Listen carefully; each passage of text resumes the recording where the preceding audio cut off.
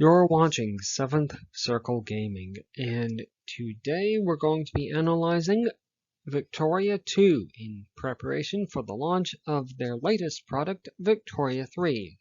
Thought it would be an interesting exercise to see where the game has come from before we see where it's going to.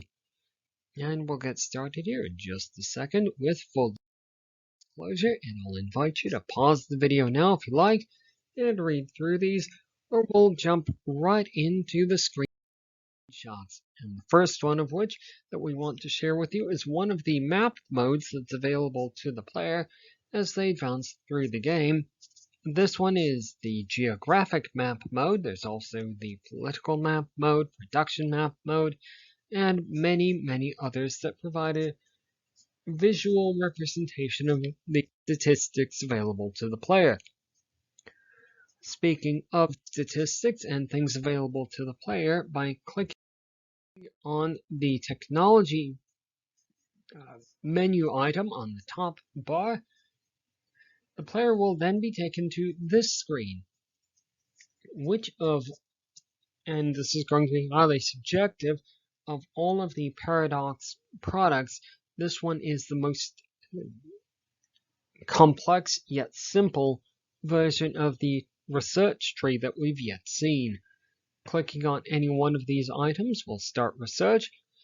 Mousing over any one of these items will produce an additional multiple levels of statistics for the player to analyze and understand as they go forward and shape their culture according to their imagination and their desires.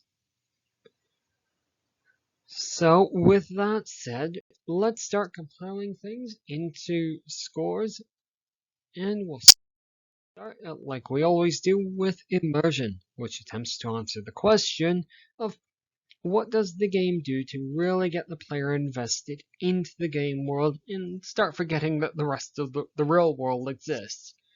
And for this, the game has earned a 3 out of 15. It's going to be getting the player invested in the game world with three methods in particular. The first is presentation. As we just saw, the game tells its story with a top-down map with additional modes, and it's also going to be providing statistics focused to the player, with facts and figures available on many different levels, including a graphical representation with those additional map modes that we talked about, all of which go into feeding this idea of player agency, in that every decision that happens in history, in quotes, shapes the development of the world and their selected faction or empire.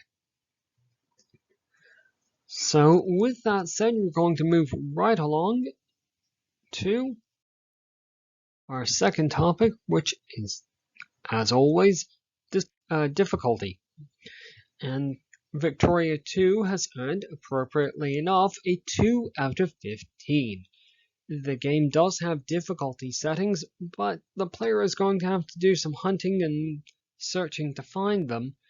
They are in the options or in the settings menu, and there's very limited description of what that means. It does seem from all of our evaluation that the real difficulty is found in the country selection, and that's going to require the player to have some knowledge about the real world history of that country or empire in making their country selection. However, the game does provide some assistance to the player in that it will provide some tips and suggestions or explanations when mousing over certain items, but the fact that the game relies somewhat on the player having knowledge of real-world history and how that nation developed doesn't serve the game very well, and it has earned a 2 out of 15. So that's going to bring us to our third topic, lasting appeal. And this topic answers the question, or asks the question rather, what is going to keep the player playing through the game for a long period, or playing through the game just the second, third, or fourth time if they don't choose to play one campaign for months and months and months. It's an example. Well, in this category, the game has earned a 6 out of 15. Each country that is currently available has significant enough differences to make them varied, so that each playthrough, each country is a different experience for the player.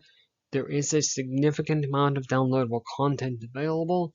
However, most of that is going to be just visual customizations. There are really only two that what we would term expansion packs back in the day.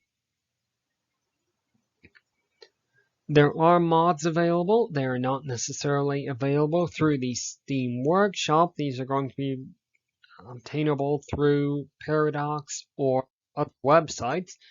So they will require some significant effort to install, and they might affect the stability of the game, but it does remain that they are out there.